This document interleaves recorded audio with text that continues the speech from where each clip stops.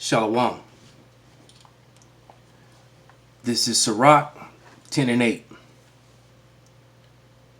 Because of unrighteous dealings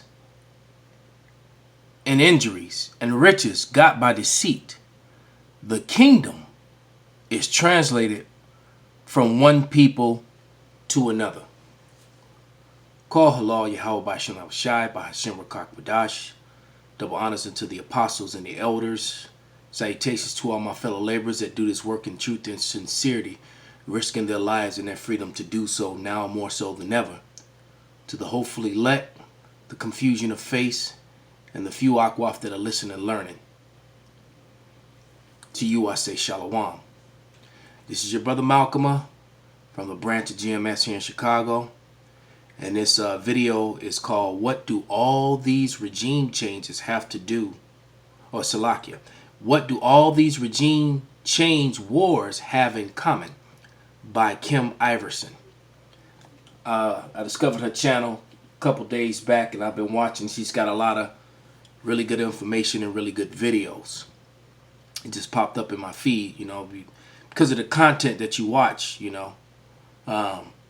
That's one good thing about YouTube. It tries to the algorithm in the machine. It puts up something along the same category. So this is how I discovered this woman who, if I'm not mistaken, even though her last name is Iverson, I think she may be of Moabite descent. All right, there's definitely some bloodline mixtures which has confused her face, because I'm not sure if she's an Edomite or if she's Moab. But she claims Moabite or Asian descent. So, but nevertheless, let's let her information roll out, and I'm going to bring out some scriptures, and then I'm just going to let her finish out, because she's just basically going to tell on Esau. So I came across this article and I want to share it with you because it really does highlight exactly, it really connects the dots for all of the regime change wars that we've experienced since 2000. And I mean, once you... Might I add, the regime change wars since America's conception. All the wars of the 20th century were basically false wars that were all built and based upon lies. Everything is as clear as day. I mean, it's absolutely clear what is going on, and it all comes down to the petrodollar. And we will get into the petrodollar and why it's so important, and what would happen if it fully collapsed. I do want to get into that at a later time. Today I don't want to, but I do want to start connecting some of these regime change war dots. And what's alarming is that when you look at all of the countries that have that we've made our enemy in some way, or we have gone in and overthrown in another way, they all have one really big thing in common. And that is that they decided that they were going to ditch using the American dollar to buy oil. This is James 5 and 2. Your riches are corrupted and your garments are moth-eating. Your gold and silver is cankered, and the rust of them shall be a witness against you, and shall eat your flesh as it were fire. Ye have heaped treasure together for the last days. So, this great article from Market Slant, and I'm putting the link down below for you to read for yourself. But let's just go over some of the things that they have laid out for us here. So they talk about, you know, back in the day, the U.S. the dollar was backed by gold, an actual pile of gold that was stored in Fort Knox. And during Nixon's presidency, he decided to get rid of that and say, okay, we're not going to back the U.S. dollar anymore using actual physical gold. We're going to move to a different system. Which explains the scripture. This is why it's cankered. Because no one wants to use it anymore, because it's not to the benefit of the other nation. It actually hurts the other nations to use the currency, which is not backed by anything that comes here out of America. And that system was that it's now the dollar is basically propped up by, I would call it the oil market. So it's not backed by oil per se. It's not like every dollar is backed by a certain amount of oil. It's not that. It's the oil market that is propping up the dollar.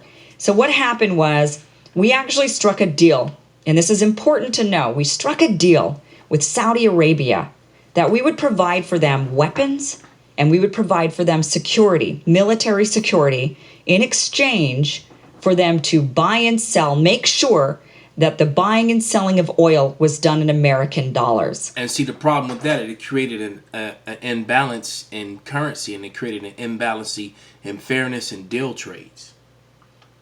This is Proverbs 20 and 23. Divers weights are an abomination unto Yahweh, and a false balance is not good. And this is why these nations are now turning against America. Doing this made the dollar extremely strong, and it made the dollar in high demand. Everybody in the world who didn't have an oil reserve of their own would be required, which is the vast majority of the world, would be required to buy and sell oil using the American dollar, which means that these nations needed to get their hands on the American dollar. That made the dollar high demand. It made the dollar very, very valuable. Like I said, that's a whole different story that we're going to get into later of what happens if the dollar is devalued. I'm sure you can imagine, but that is a different topic for another day that I don't want to explore. Right now, I just want to get into connecting these regime change war dots. So, in essence, the deal was the U.S. would agree to military sales and defense of Saudi Arabia, it says here, in return for all oil trade being done in U.S. dollars. So, the relationship between oil and currency gives the dollar its value, and that is the essential thing to know. One by one, certain nations started to say, we don't like this deal, and we don't want to have to acquire American dollars, which cost maybe a lot out of our currency because they have to do an exchange, and maybe the exchange rate is really ridiculous for a particular nation, and it's causing them to spend a lot more on the oil than they normally would because they first have to take their currency, turn it into U.S. dollars, and then they can buy oil, and that can be very, very expensive for a nation. For a nation, as she was saying, and that's that imbalance. And this has caused the nations to rise up against. This is Isaiah 14 and 10. All they shall speak and say unto thee, art thou also become weak as we? Art thou become like unto us? All right, and then you got the stronger nations that were sitting dormant, that wasn't really going against America.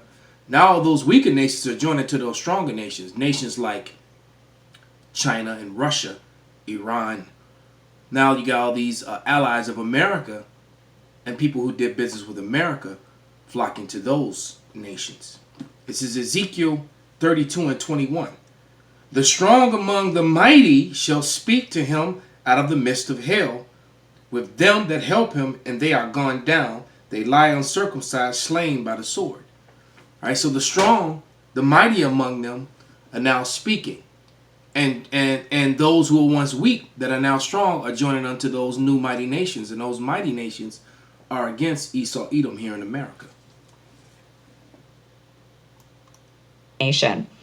So especially if they're like, why can't I just buy the oil using my own currency? Why can't I buy oil using gold, gold-backed currency or whatever? So one by one, certain nations started to say, we don't really like this, and we're going to come up with a different solution.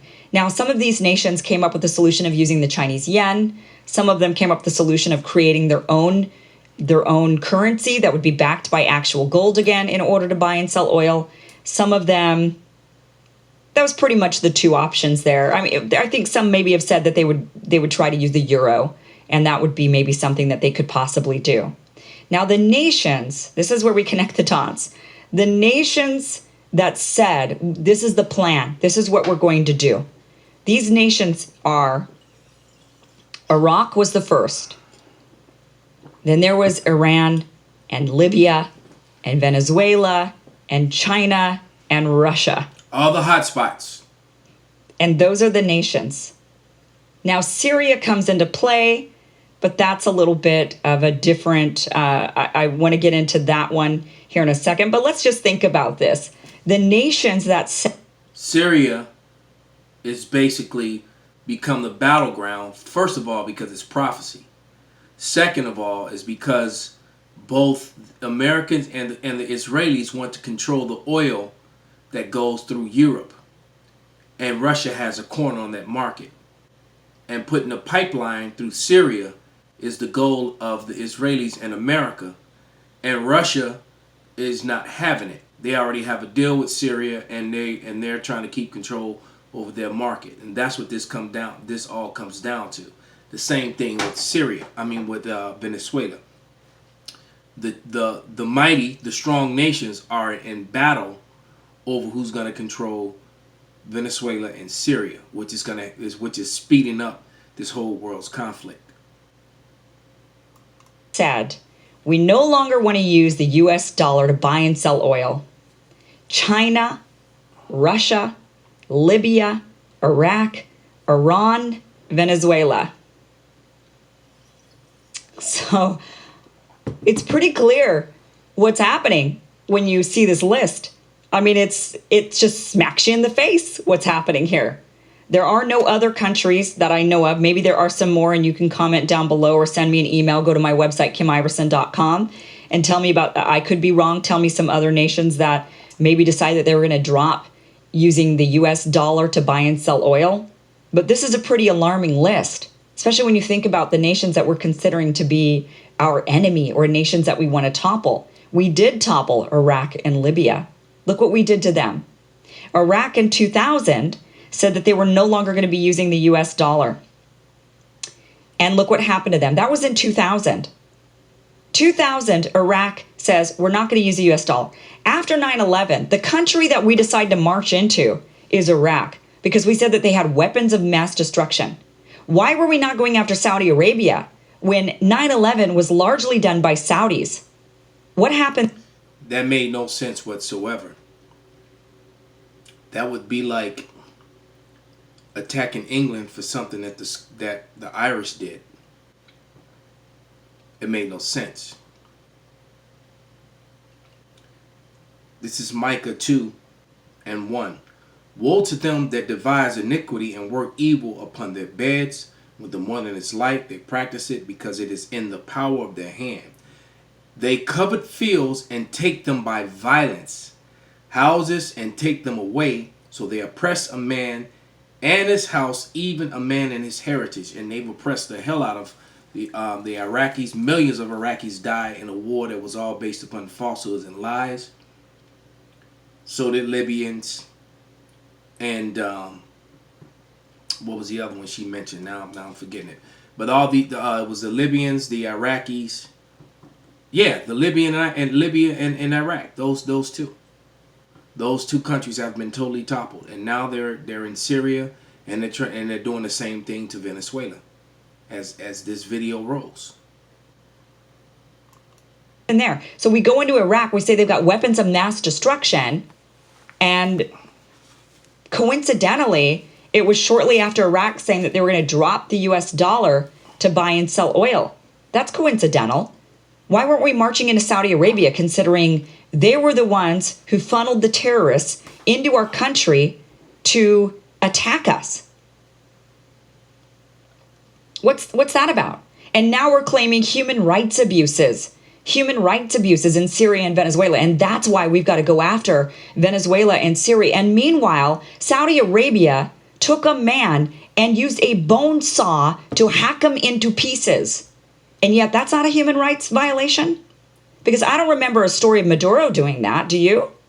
I don't have any stories of that. When I look up what human rights abuses Maduro has committed, I can't find anything. I really can't. And I've looked. Esau is a damn hypocrite and a liar, and they're exposed. All right? They're a liar and they're just exposed. They are the wicked. Job 9:24. The earth is given into the hands of the wicked thereof. Salaki, let me just read it instead of trying to quote it.